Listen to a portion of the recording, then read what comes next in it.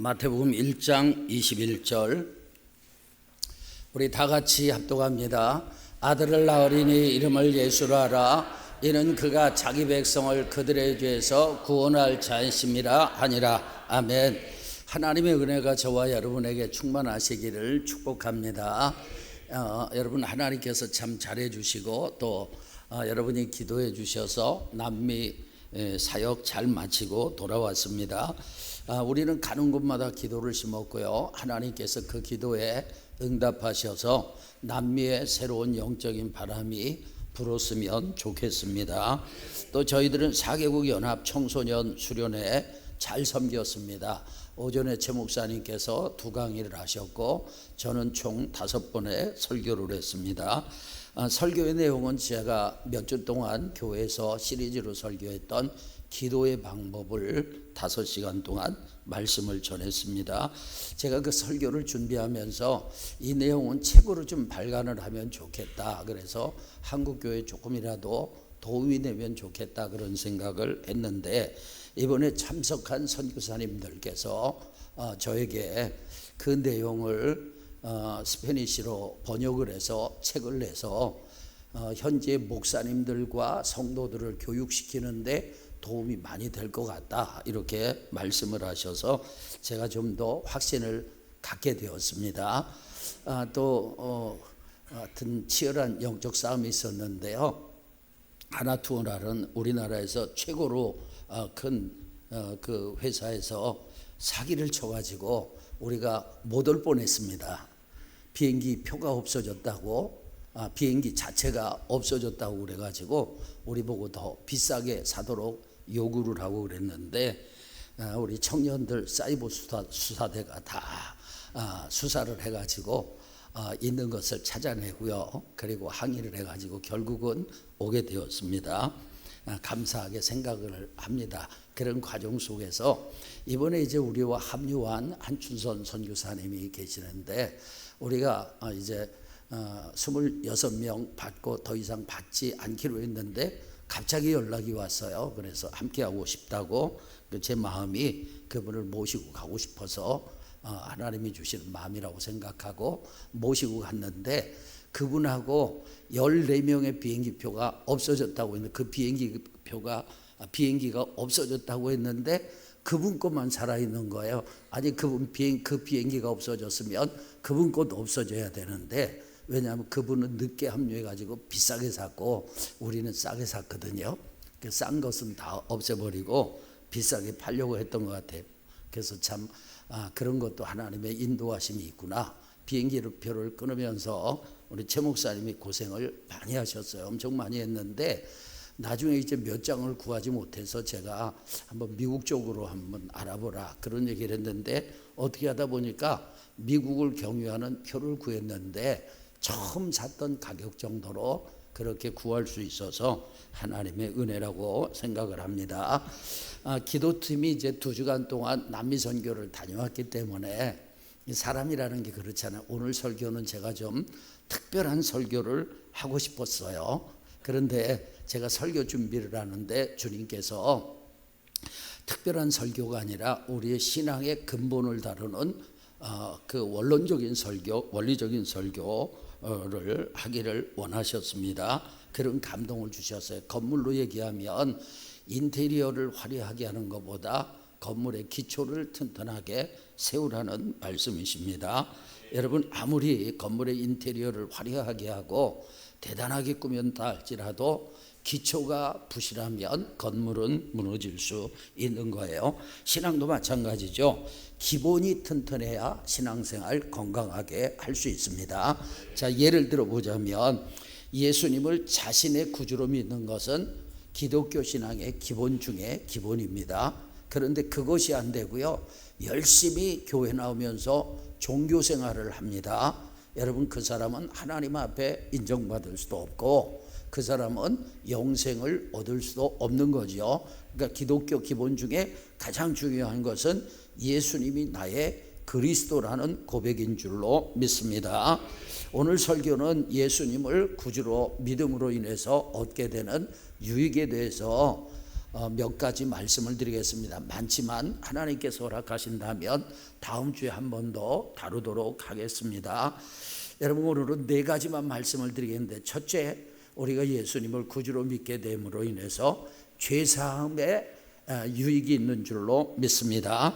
여러분, 의사들이 환자를 검진하고요, 심각한 병을 발견하잖아요. 그러면 그 병에 대해서 환자에게 알리는데 두 가지 스타일이 있다고 합니다. 하나는 환자에게 직접 얘기를 하면 환자가 충격을 받으니까 환자에게 직접 얘기하지 않고 가족들을 통해서 얘기함으로 충격을 좀 완화시키는 그런 스타일이 있고요. 또 하나는 환자를 불러놓고 직접적으로 말하는 스타일이 있습니다. 당신을 진단한 결과 암입니다. 수술을 해도 생존율은 몇 프로밖에 안 됩니다. 마음의 준비를 하십시오. 이 말을 들은 환자는 처음에 절망하고 고통하죠. 그러나 며칠이 지나면서 정신을 차리게 됩니다. 내가 어떻게 해야 되나? 내가 무엇을 해야 되나? 하고 고민하다가 결국 마음을 굳게 하고 마지막 남은 생을 잘 정리하게 됩니다. 여러분, 어떻게 보면요, 후자의 의사들은 매몰차게 느껴지기도 합니다. 그러나 사실 그것이 더 현실적이죠. 환자가 자신의 상태를 알므로 인해서 어려움을 당하는 것보다 더 중요한 것은 마지막 남은 삶을 잘 정리하는 것이기 때문이죠. 여러분, 우리가 세상을 살면서 질병에 걸리든지 문제를 만났을 때 무조건 쉬쉬하는 것은 능사가 아닙니다. 그냥 덮어놓는다고 해서 문제가 해결되지 않죠. 신앙생활도 마찬가지입니다. 사람에게 가장 큰 문제는 죄의 문제입니다. 그런데 죄를 그냥 쉬쉬 덮어놓는다고 능사는 아니라는 거예요. 그런데 오늘날 많은 교회들이 강단에서 이 죄에 대한 그 말씀과 회개하라는 말씀이 사라지고 있다고 합니다. 여러분, 설교자는요, 하나님의 말씀을 대언하는 하나님의 대리자죠. 그런데 하나님이 원하시는 설교보다 인간의 비유를 맞추는 설교가 주를 이루고 있다고 하더라고요. 여러분, 설교자는 교인들이 싫어하고 교인들이 알레르기 반응을 일으킨다 할지라도 죄와 회개에 대해서 선포해야 합니다. 로버트 슐러 목사님은 교회 부흥을 위한 설교로 절대적으로 부정적인 얘기를 해서는 안 된다, 이렇게 얘기를 하셨어요. 또 적극적 사고방식을 주창한 노만 빈센트 필 박사는요, 비슷한 얘기를 했습니다. 될 수 있는 대로 죄, 심판, 징계, 지옥 이런 설교보다는 오로지 희망, 확신, 가능성 이런 얘기를 하라고 주장을 합니다. 그러나 그것은 비성경적입니다. 여러분, 설교자는요, 사람들의 구미에 맞게 말씀만 전해서는 안 됩니다. 설교자는 사람의 귀만 간지럽히는 얄팍한 짓을 해서는 안 되는 거예요. 하나님께서 우리에게 주신 말씀이라면 비록 그것이 우리 귀에 거슬리고 우리 마음에 들지 않는다 할지라도 강단에서 힘있게 선포해야 될 줄로 믿습니다. 왜냐하면 하나님의 모든 말씀은 진리이고 우리에게 유익이 되기 때문에 그래요. 여러분, 죄는요, 인간의 근본적인 문제입니다. 이 문제를 해결하지 않으면 하나님과의 관계가 회복될 수가 없어요. 죄를 해결하지 못하면 영생도 없고 천국도 없습니다. 죄를 해결하지 못한 사람에게는 완전한 절망만이 기다리고 있죠. 반면에 죄를 해결한 사람은 인생의 근본 문제를 해결한 것이기 때문에 참으로 행복한 사람이고 영원한 소망이 기다리고 있는 것입니다. 할렐루야. 어느 목사님의 사모님이 어깨가 아픈데 무시하고 살았어요. 그러다가 어깨 통증이 너무 심해가지고 이 오른팔을 쓸 수가 없어요. 그 즈음에 성지순례라고 하죠. 성경 유적지 탐방을 떠나야 하는데 오른팔을 쓸 수 없으니까 큰일이었어요. 그래서 동네 병원에 응급조치라도 받기 위해서 갔습니다. 의사 선생님이 어깨 부분에 주사를 몇 대 놔줬는데 신기하게도 사나흘쯤 지나니까 통증이 없어지고 팔을 움직일 수 있게 되었습니다. 덕분에 성경 유적지 탐방을 잘하고 왔어요. 그리고 한 달쯤 지나니까 다시 어깨가 아프기 시작합니다. 그 병원을 다시 갔더니 주사를 또 놓아주는 거예요. 그리고 매주 한 번씩 주사를 20회나 맞아야 한답니다. 아무래도 미심쩍어서 전문가에게 상의를 했더니 동네 병원에서 주로 사용하는 주사는 스테로이드가 포함된 주사인데 그 주사를 맞으면 즉각적으로 통증은 사라질 수 있지만 계속해서 맞으면 부작용이 커서 자주 맞으면 큰일 난다면서 제대로 된 병원에 가서 제대로 된 검사를 해보고 원인을 알아내고 치료해야 한다는 교훈을 듣게 되었어요. 그래서 사모님이 삼성병원에 가서 MRI를 찍고 정밀 검사를 했습니다. 그 결과 오른쪽 어깨 인대가 상당 부분 끊어져 있고 염증이 심하다는 사실을 발견하게 됐어요.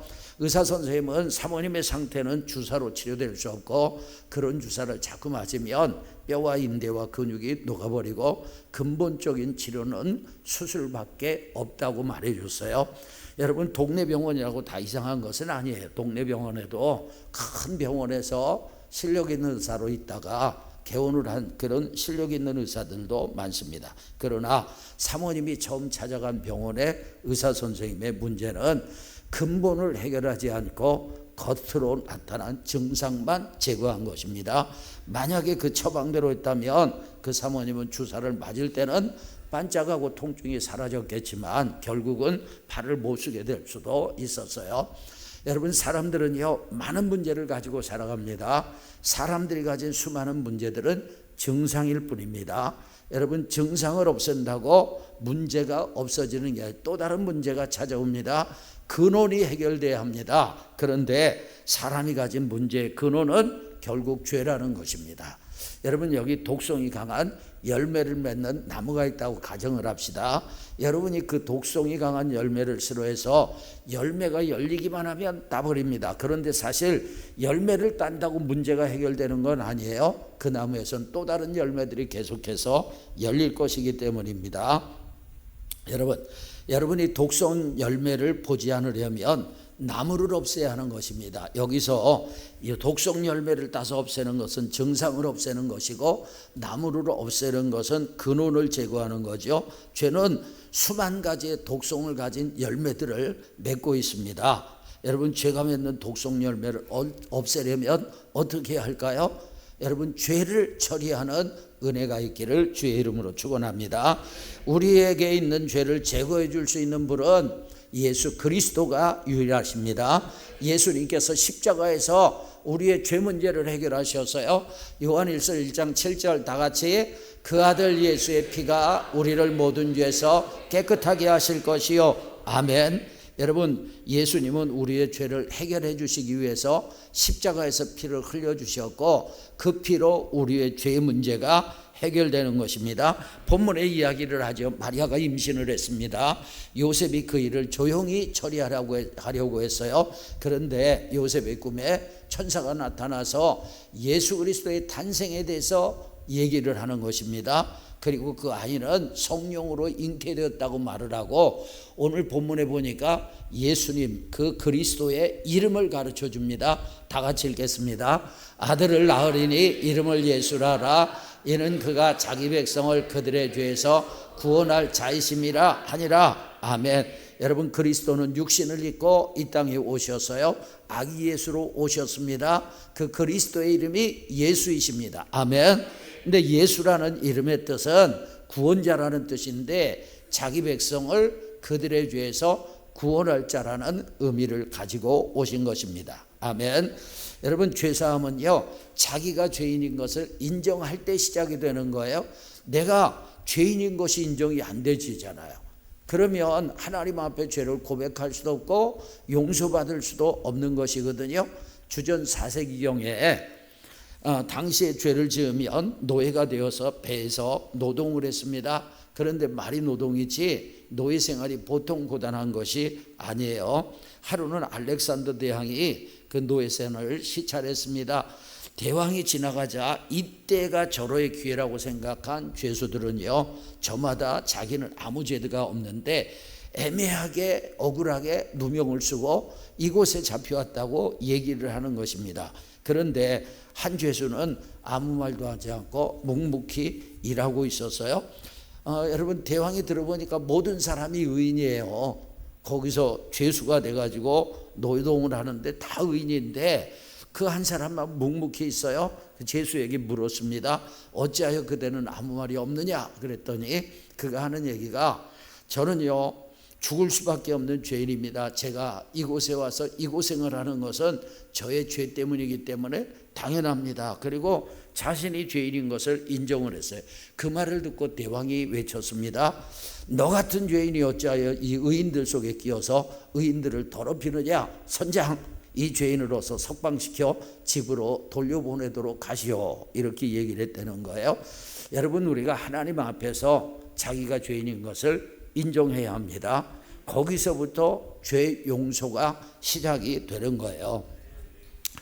교회 나온다고 다 죄 용서 받고 의인이 되고 그리고 천국 가는 것은 아닙니다. 저는 고등학교 1학년 5월 5일 날 교회를 처음 나갔습니다. 그 다른 학생들이 특별히 저를 따뜻하게 해줬고 그 가운데 임현수라는 여학생이 아주 저에게 친절하게 해줬어요. 그래서 제가 이제 교회를 나가게 됐는데 그 이후에 교회를 1년 1개월 동안 다니면서 저는 제가 죄인인 것을 인정할 수 없었습니다. 제가 죄인인 것을 여러분 인정하지 않았어요. 그러다가 6월 달에 하나님께서 은혜를 주시면서 내가 정말 큰 죄인이구나 그것을 깨닫게 되고 그리고 주님 앞에 죄를 고백하게 되면서 죄사함을 받고 거듭나고 하나님의 자녀가 되었습니다. 그러니까 저는 그 지난 1년 1개월 동안 교회를 나갔지만 죄사함을 받지 못했어요. 하나님의 자녀로 거듭나지 못했어요. 천국 시민이 되지 못했던 것입니다. 그러던 제가 하나님의 은혜를 받고 죄인인 것을 알게 되고 고백하면서 거듭나서 하나님의 자녀가 되었어요. 할렐루야. 여러분, 우리가 하나님 앞에 죄사함을 받으려면 먼저는 내가 죄인인 것을 인정해야 합니다. 여러분, 성경에 보니까 모든 사람이 죄인이라고 했어요. 여러분도 저도 예외가 아닙니다. 목사라고 예외가 아니라 모두가 다 죄인인 거예요. 할렐루야. 그런데 예수 그리스도를 믿을 때 여러분 우리가 그리스도 안에서 죄사함의 은혜를 누리게 되는데 여러분 믿는 우리가 하나님 앞에 우리의 죄를 자백하기만 하면 하나님은 다 용서해 주시는 거예요. 요한일서 1장 9절에 보니까 하나님은 미쁘시고 의로운 분입니다. 우리가 우리 죄를 자백하기만 하면 다 용서해 주신다고 약속하셨어요. 할렐루야. 먼저 여러분 자신이 죄인인 것을 인정하셔야 합니다. 하나님은 불꽃 같은 눈동자로 우리를 바라보고 계시는 줄로 믿습니다. 아멘. 여러분 우리가요 이제 하나님 앞에서 언제나 하나님은 나를 불꽃 같은 눈동자로 바라보시고 내가 주님의 눈동자를 피할 수 없다는 사실을 알아야 돼요. 어떤 아이가 사과를 먹으면서 집에 들어오는 거예요. 엄마가 너 그 사과 어디서 나니? 과일 가게에서요. 아저씨가 주셔서? 아니요, 아무도 안 봐서 그냥 들고 왔어요. 그래서 엄마가 야 아무도 안 보다니 하나님이 보고 계셔. 그랬더니 그 아이가 걱정하지 마세요 엄마, 과일 가게에 지붕이 있어서 하나님도 못 보셨을 거예요. 여러분 하나님은 우리의 마음과 생각을 다 통찰하시는 분입니다. 아멘. 인간에게 가장 근본적인 문제는 죄의 문제입니다. 예수님은 우리의 죄 문제를 해결하기 위해서 이 세상에 오셨고 십자가에서 보배로운 피를 흘려주셨습니다. 이제 우리는 예수님을 통해서 죄사함을 얻는 길이 열린 것입니다. 누구든지 예수님의 공로를 믿고 내가 죄인인 것을 고백하고 내 죄를 하나님 앞에 자백하면 죄사함 받아 여러분 거룩한 삶을 살게 되는 것을 믿습니다. 그래서 예수님을 구주로 믿음으로 얻게 되는 유익 첫 번째 죄사함의 은혜고요. 두 번째 따라합시다. 관계 회복입니다. 여러분 예수님은 십자가를 통해서 화목을 이루셨는데 주님이 이루신 화목은 세 방면으로 말씀을 드려보죠. 먼저는 하나님과의 화목입니다.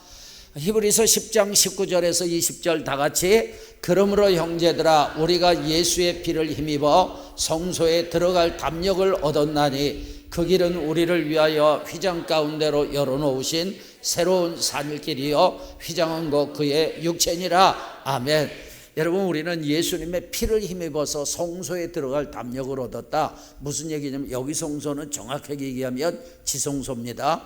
하나님이 임재하시는 장소에 들어갈 담력을 얻었다는 거예요. 아멘. 누구 때문에요? 예수님 때문에. 예수님이 뭐 하셔서 피를 흘려주셨기 때문에 20절에 보니까 그 길은 우리를 위하여 휘장 가운데로 열어놓으신 새로운 살 길이라고 했습니다. 그리고 휘장은 곧 그의 육체라고 했는데 무슨 얘기냐면 예수님이 십자가에서 죽으실 때 여러분 성전의 성소와 지성소를 가로막고 있는 휘장이 위로부터 아래로 찢어졌잖아요. 위로부터 찢어졌다는 거, 하나님이 찢으셨다는 것을 상징적으로 보여주는 것이고, 그것이 찢어짐으로 인해서 우리가 지성소, 아무나 들어갈 수 없는 지성소에 들어갈 수 있는 담력을 얻게 된 것입니다. 그런데 그 휘장은 곧 그의 육체다. 그러니까 예수님께서 자신의 몸을 찢으심으로 우리가 하나님 앞에 나갈 수 있는 길이 열린 줄로 믿습니다. 다시 말하면 하나님과 화목하게 된다는 거예요. 여러분, 하나님과 좋은 관계는 따라합시다. 믿음으로. 하나님과 좋은 관계는요, 믿음으로 되는 거. 어떤 사람은 기도로 된다고 하는데, 물론 기도로도 하나님과 가까워지지만 아무리 기도를 해도 믿음이 없다면 그 기도는 하나님 앞에 소용이 없는 거예요. 믿음이 없이는 하나님을 뭐하지 못한다고요? 기쁘시게 하지 못한다고 그랬어요. 그리고 성경에 보니까 믿음 없이 행하는 모든 것이 죄라고 했는데, 그 말씀을 할 때 먹는 얘기를 했습니다. 그러니까 먹는 것도 믿음으로 하시고, 아멘. 자는 것도 믿음으로 하시고, 여러분 사회생활도 믿음으로 하기를 주의 이름으로 축원합니다. 여러분, 그런데 이 믿음이라는 것은 이 진리를 알므로 생기는 거예요. 미국의 위대한 전도자 무디 목사님이 여러분 100만 명을 주님 앞에 인도하셨으니까 정말 위대한 사역을 하신 분이잖아요. 그런데 그분이 초기에 자기 믿음이 좀 자라고 싶었어요. 성장하고 싶었어요. 그래서 남들이 좋다는 것, 남들이 해보는 건 다 해봤지만 믿음이 성장하지 않는 것입니다. 그러다가 이분이 로마서 1장 17절 말씀에 부딪혔습니다. 다 같이. 그러므로 믿음은 들음에서 나며 들음은 그리스도의 말씀으로 말미암았느니라. 아멘. 들음은 어떻게 되었다고요? 그리스도의 말씀으로 말미암았다. 다시 말하면 진리의 말씀 안에서 믿음이 생기는 거예요. 그래서 그분이 모든 것을 내려놓고 그때부터 열심히 성경을 읽고 성경을 공부하며 믿음이 자라게 돼서 결국은 여러분 위대한 전도자로 그렇게 쓰임받았던 것입니다. 그래서 우리가 여러분 믿음으로 하나님과 관계가 회복이 돼야 되는데, 그 믿음은 어떤 믿음이냐? 그리스도께서 나를 위하여 십자가에서 죽으시고 부활하셨다는 믿음입니다. 그 다음에 두 번째로는요, 자신과의 관계가 회복돼야 돼요. 여러분, 자신과 관계가 회복되기를 축원합니다. 무슨 얘기냐? 건강한 자존감을 가져라. 무슨 얘기냐면 자기를 그리스도 안에서 하나님의 시각으로 사랑하는 저와 여러분이 되기를 주의 이름으로 축원합니다. 감리교에서 비교적 비중이 큰 교회를 담임하시는 목사님께서 목회를 하시다가 정신적으로 육체적으로 탈진이 되어서 불면증과 우울증 때문에 고생을 하시다가 이분이요 미칠 것 같아서 정신병원에 갔습니다. 그런데 그 정신병원에서 교인을 만난 거예요. 그 교인은 담임 목사님이 정신과 치료를 받는다는 사실을 알고 그 다음 주부터 교회에 출석을 하지 않았다고 합니다. 목사님은 항상 밝고 명랑하고 건강하고 능력이 있어야 된다고 생각을 했는데, 목사님이 정신과 치료를 받는다는 사실을 알고는 그것이 용납되지 않았던 것입니다. 물론 저는 정신과 치료는 받지 않지만 여러분, 목사도 병이 들 수 있는 거예요. 감기 걸릴 수 있는 것처럼 마음의 병이 들 수 있는 것인데, 저는요 우울증의 가장 큰 원인은 자기 자신을 사랑하지 않기 때문이라고 생각해요. 여러분, 자기를 그리스도 안에서 높은 자존감을 가지고 사랑하는 사람은 우울증 걸리지 않습니다. 그렇기 때문에 우울증이 치료되는 가장 좋은 방법은 뭐냐? 여러분, 하나님과의 관계가 믿음으로 회복이 되는 거예요. 그리고 믿음 안에서 자신을 하나님의 시각으로 바라보고 하나님이 자신을 얼마나 사랑하는지 깨닫고 그 사랑으로 자신을 사랑하기를 주의 이름으로 축복합니다. 이사야 43장 4절 다 같이. 내가 내 눈에 보배롭고 존귀하며 내가 너를 사랑하였은즉 내가 내 대신 사람들을 내어주며 백성들이 내 생명을 대신하리니. 아멘. 여러분, 이 말씀은요 타락한 이스라엘을 향한 하나님의 선포입니다. 그리고 저와 여러분을 향한 하나님의 선포인 줄로 믿습니다. 근데 이 말씀에서 우리가 할 수 있는 건 뭐냐? 나는 하나님의 눈에 보배롭고 존귀한 사람이, 아멘. 나는 하나님 보실 때 사랑스러운 존재인 것을 믿습니다. 저를 따라합시다. 나는 보배롭고 존귀하며 사랑스러운 존재입니다. 누가 보실 때, 하나님이 보실 때, 여러분 아주 눈이 까다로운 사람이 있어요. 뭐든지 까다롭고 눈이 높고 이런 사람이 있습니다. 여러분 그런 사람들과 살면 얼마나 스트레스가 많겠어요. 뭐든지 조심해야 되겠죠. 그런데 여러분 하나님의 눈이 높겠어요? 그 사람의 눈이 높겠어요? 하나님의 눈이 높죠. 그런데 하나님께서 저와 여러분을 보배롭고 존귀하게 여기십니다. 아멘. 그리고 저와 여러분을 사랑하시는 줄로 믿습니다. 할렐루야. 잠깐 온풍기 좀 꺼주세요. 여러분 이 믿음을 갖기를 주의 이름으로 축원합니다. 그래서 우리가 그리스도 안에서 하나님의 시각으로 자신을 보고 그리스도 안에서 하나님의 사랑으로 자신을 사랑하고 높은 자존감을 갖기를 바라요. 여러분 이 자존감이 높아야 흔들림이 없어요. 요동하지 않습니다. 신앙이요, 아침 다르고 저녁 다르고 어제 다르고 오늘 다르고, 어떤 날은 막 목숨 걸고 죽겠다고 주님을 위해서 충성하겠다고 그래놓고 요만큼만 섭섭한 일이 있어도 교회 떠나고요 등 돌리고, 사람이 그렇게 얇게 살아서는 안 돼요. 여러분 깊어야 합니다. 아멘. 그러려면 심지가 견고해야 되는데, 심지가 견고한 비결은 뭐냐? 하나님을 알고 자기를 아는 거예요. 그리고 하나님의 시각으로 자기를 바라보기를 축원합니다. 그 다음에 세 번째로는요, 타인과의 관계가 회복됩니다. 사람의 사회적 성공과 출세에 가장 중요한 영향력을 끼치는 것이 여러분 무엇이라고 생각합니까? 여러 요인이 있겠지만 보스턴 대학의 연구에 의하면 대인관계 능력입니다. 보스턴 대학에서 400명을 7세부터 40년간 추적 관찰을 했습니다. 그리고 조사한 결과 성공과 출세에 가장 중요한 영향을 끼친 요소로는 다른 사람과 잘 어울리는 능력이다, 이렇게 결론을 내렸어요. 우리는요 공부만 잘하면 세상에서 성공할 것으로 생각하고 한국 부모님들은 그렇게 교육을 시킵니다. 그런데 하버드 대학의 위건 박사는 직장, 가정, 사회생활 등 각 분야에서 실패한 사람들을 조사를 해보니까 전문적인 지식이 모자라 실패한 사람들은 불과 15%밖에 안 되고요, 나머지 85%의 사람들은 모두 인간관계가 잘못됐기 때문에 실패했다는 것입니다. 공부도 중요하지만 대인관계 지수가 인생을 성공적으로 사는데 중요한 것입니다. 기독교인들은요 대인관계를 따라합시다. 십자가 정신으로. 어제 공항에서 있었던 일이에요. 백순화 집사님이 동생 백순환 집사님을 장난으로 머리를 이렇게 때렸어요. 그래서 제가 그랬습니다. 집사님 한쪽만 때리면 균형이 안 잡혀요. 그랬더니 백순환 집사님이 다른 쪽도 대주고, 백순화 집사님이 다른 쪽을 때렸는지 안 때렸는지 그건 기억이 안 나는데, 그러면서 뭐라고 하냐면 성경적이라는 거예요. 왼쪽 뺨 때리면 오른쪽 뺨도 대주고, 그게 십자가 정신이거든요. 여러분 십자가 정신은요 세 가지 특징이 있습니다. 첫째 사랑이고, 두 번째 이해고, 세 번째로 용납이에요. 그래서 우리가 십자가 정신으로 사는데 여러분 사랑하고 이해하고 용납하는데 문제될 게 뭐가 있습니까? 저와 여러분 십자가 정신으로 대인관계 회복하기를 축원합니다. 에베소서 2장 6절에 보니까 또 십자가로 이 둘이 한 몸으로 하나님과 화목하게 하려 하심이라. 여기 보니까 이 둘이 하나님과 화목해요. 그런데 이 둘이 하나님과 화목한데 한 몸으로 하나님과 화목한다고 했어요. 그러면 이 둘이 무엇이냐? 에베소서 2장을 보게 되면 유대인과 이방인입니다.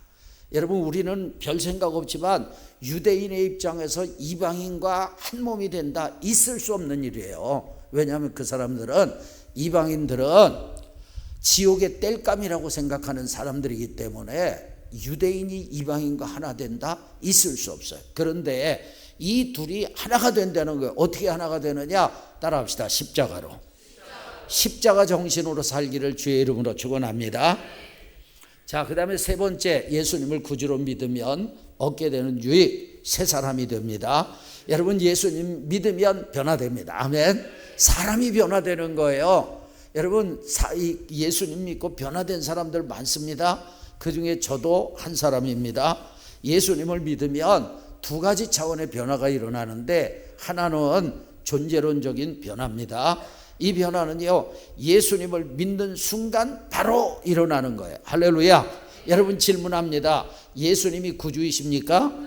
여러분, 예수님께서 여러분 때문에 십자가에서 죽으시고 부활하셨음을 믿습니까? 진짜 아멘이라면 여러분 존재 자체가 거룩한 존재로 이미 변화된 거예요. 여러분은 이미 하나님의 자녀예요. 여러분 천국 시민입니다.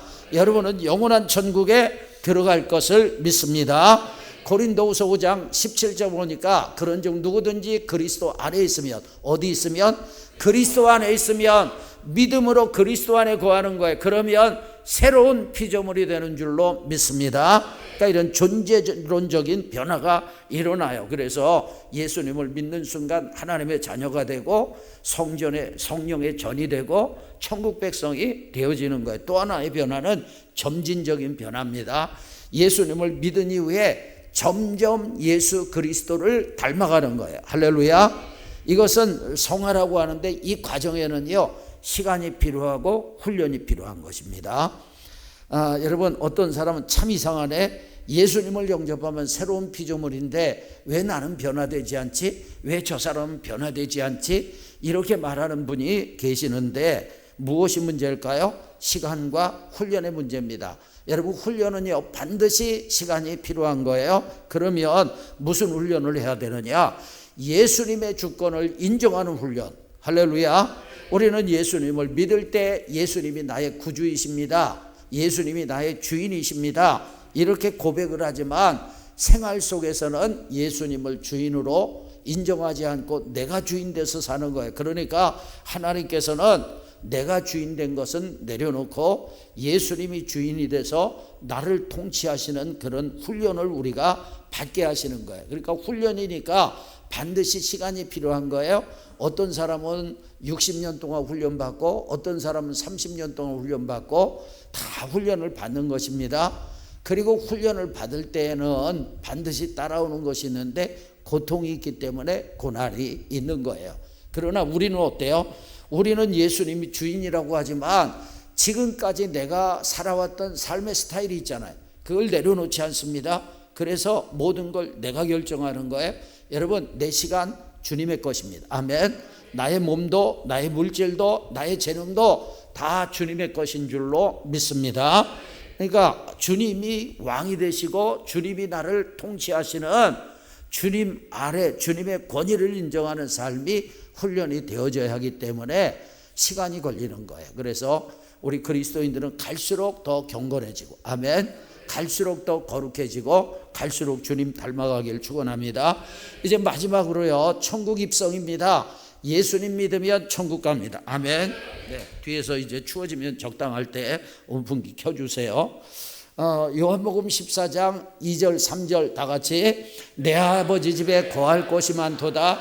그렇지 않으면 너희에게 일렀으리라. 내가 너희를 위하여 거처를 예비하러 가노니 가서 너희를 위하여 거처를 예비하면 내가 다시 와서 너희를 내게로 영접하여 나 있는 곳에 너희도 있게 하리라. 아멘.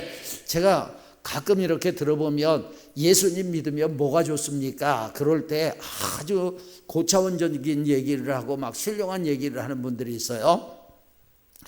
근데 저는 좀 차원이 낮아서 그런지요, 예수 믿어서 제일 좋은 점 뭐냐? 천국 가는 거예요. 할렐루야. 천국 가야죠. 여러분, 천국 안 가면 인생 끝나는 것입니다. 망치는 거예요. 예수 믿는 사람은 천국에 대한 확신이 있어야 합니다. 제가 요즘 좋아하게 된 대중가수가 있습니다. 그 악동 뮤지션의 이찬혁 군인데요. 저는 이찬혁 군과 동생 이수연 양이 약 10년 전에 다리 꼬지마라는 노래를 부르는 걸 듣고 참 순수한 사람들이다 그런 생각을 했어요. 그리고 부모님이 또 몽골 선교사라는 얘기를 듣고 제가 좀 열린 마음을, 긍정적인 마음을 가졌는데 최근에 이찬혁 군의 장래 희망이라는 노래를 듣고 은혜를 받았습니다. 그래서 오늘 좀 불러보도록 하겠어요. 대표적인 몇 가지 생각을 했는데, 첫째, 얘는 천재다. 어떻게 이렇게 복음을 전할 수 있지? 천재다. 두 번째로는 자기 자신 안에 천국에 대한 그런 소망이 없다면 이런 노래는 만들 수가 없다. 그리고 세 번째로 평신도의 보편적인 사명인 전도의 사명을 자기가 가지고 있는 은사와 달란트를 통해서 하는구나, 그런 생각을 해봤어요. 먼저 여러분 가사를 좀 보겠습니다. 먼저 장례식의 모습이 나옵니다. 아는 얼굴 다 모였네 여기에, 한 공간에 다 있는 게 신기해. 그런데 희한한 일이 났어요. 모르는 사람이 계속 오는데 누군지 기억이 안 나, 미안해. 또 자신이 상상했던 장례식을 노래합니다. 종종 상상했던 내 장례식엔 축하와 환호성 또 박수갈채가 있는 파티가 됐으면 했네. 이유가 뭐예요? 왜냐하면 난 어디 가기 때문에? 천국 가기 때문에 그런 거예요. 단편적이지만 천국의 모습이 어떤지 얘기해 주고 있습니다. 오자마자 어디를 왔다는 거예요? 천국에 왔다는 거죠. 오자마자 내 몸집의 선업에 커다란 사자와 친구 먹었네. 사실 이 부분은 천국에서 이루어지는 것이 아니라 천년왕국에서 이루어지는 거예요. 땅 위에 있는 단어들로는 표현 못해. 무슨 얘기입니까? 사도 바울도 어떻게 그렇게 표현을 할 수가, 삼층천을 보고 표현할 수 없다고 했잖아요. 사진을 못 보내는 게 아쉽네. 그리고 이 찬혁군이 천국에 대한 확신을 노래합니다. 모두 여기서 다시 볼 거라는 확신이 있는데 여긴 좀 빠진 게 있어요. 아마 생략했을 거예요. 예수 믿으면 다 천국에서 만난다, 그런 얘기죠.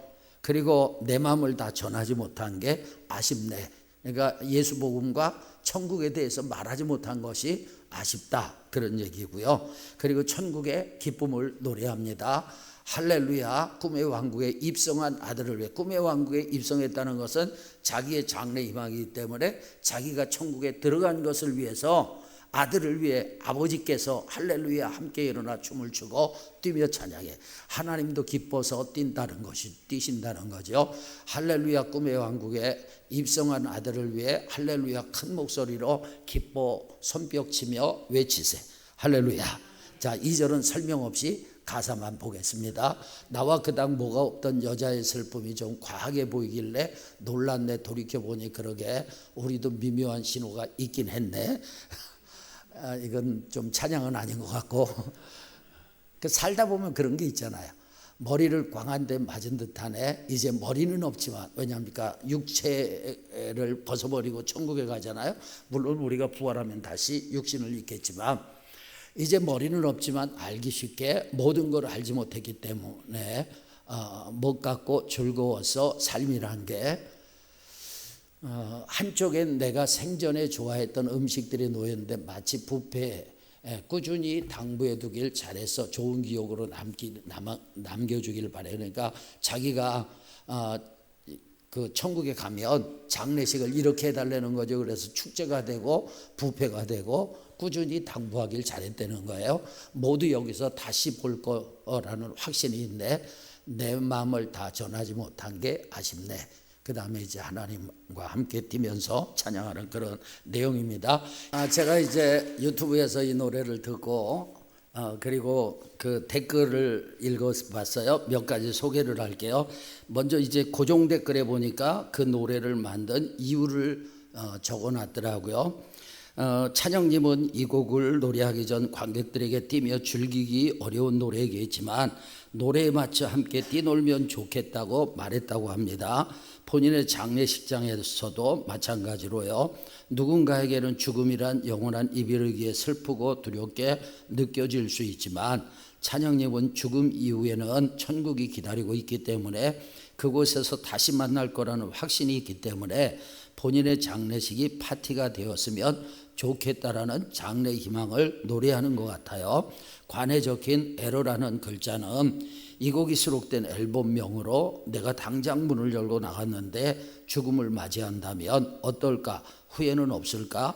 내가 최고의 가치로 생각하고 노래했던 사랑과 자유는 정말 최대 가치가 맞을까 하는 생각에서 출발했으며 지금까지 만들어온 자신의 음악과 생각들에 오류들이 있었던 것 같다는 의미로 정하게 됐다고 해요. 저는 이 노래가 이찬혁 군의 천국 확신에서 출발했다고 봅니다.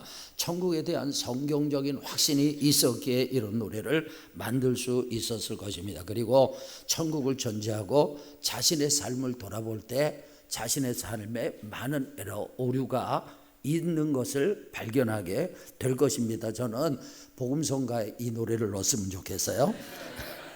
다른 댓글입니다. 기독교색을 띠지만 종교를 뽐내고 싶다기보단 죽음과 그 죽음 뒤에 있는 사람들과 자신의 이야기를 담은 것 같아서 무교도 듣기 좋습니다. 기독교를 모르는 사람의 입장에서도 죽음과 천국을 거부감 없이 생각하게 만드는 노래네요. 자연스러운 전도라고 할까요? 그 다음에 죽음은 천국으로 가는 또 다른 문이네요. 축제의 새로운 장이 열리는 그랬습니다. 이분은 신자인지 불신자인지 모르겠지만 이 노래를 듣고는 죽음과 내세를 연결시켜서 생각하게 된 것 같습니다. 그러니까 기독교적인 입장에서 보면 아주 긍정적인 반응이 맞는 거죠. 또 우와 진짜 멋진 곡이에요. 천국에 계신 엄마 아빠 꼭 보러 갈게요. 꼭 감사합니다. 대중가요를 통해서 부모를 먼저 보낸 아픔을 가진 사람을 위로하고 있으니까 이것도 긍정적이라고 생각을 합니다. 어떻게 저렇게 복음을 전하지? 놀랍다 그랬어요. 이 부분은 기독교인 입장에서 놀라움을 표현했습니다. 대중가요가 전도의 도구로 쓰인다고 생각을 한 것 같아요. 저도 같은 생각입니다. 그러니까 이찬혁 군은 자신의 은사, 달란트를 가지고 복음을 전하는 기독교인의 보편적인 사명을 다하고 있다 그런 생각을 하는데 중요한 얘기는요. 저와 여러분이 이찬혁 군이 가진 천국에 대한 확신, 천국에 대한 소망을 갖기를 주의 이름으로 축원합니다.